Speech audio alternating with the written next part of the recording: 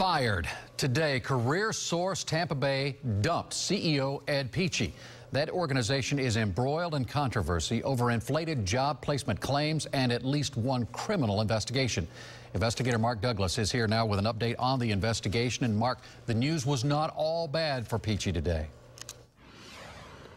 No, it wasn't, Keith. You know, despite leaving under a very dark cloud from his leadership here at CareerSource Tampa Bay, he's receiving quite a generous severance package, even though his board today received an ominous letter from the state.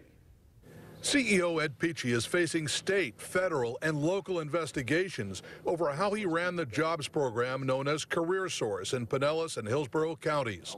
Today, his lawyer insists that Peachey stands wrongly accused of fraud, forgery, and a romantic relationship with his business manager, who was just fired last week. You know that he is the victim of a vendetta by the news media.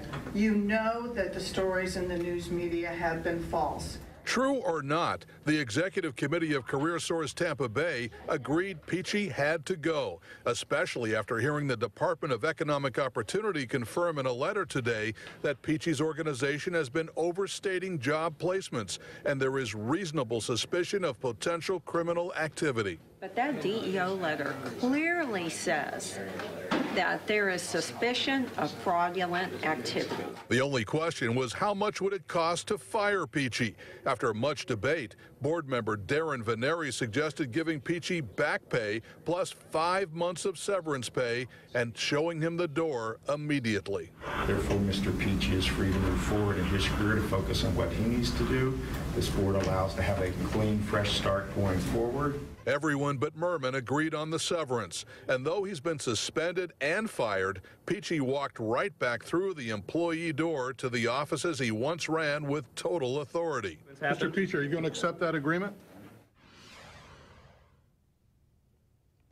Now, on Wednesday, the board of CareerSource Pinellas, which is the other jobs agency that Peachey jointly ran along with CareerSource Tampa Bay, they'll have their meeting to decide whether to fire Peachey, and if so, what kind of severance he deserves.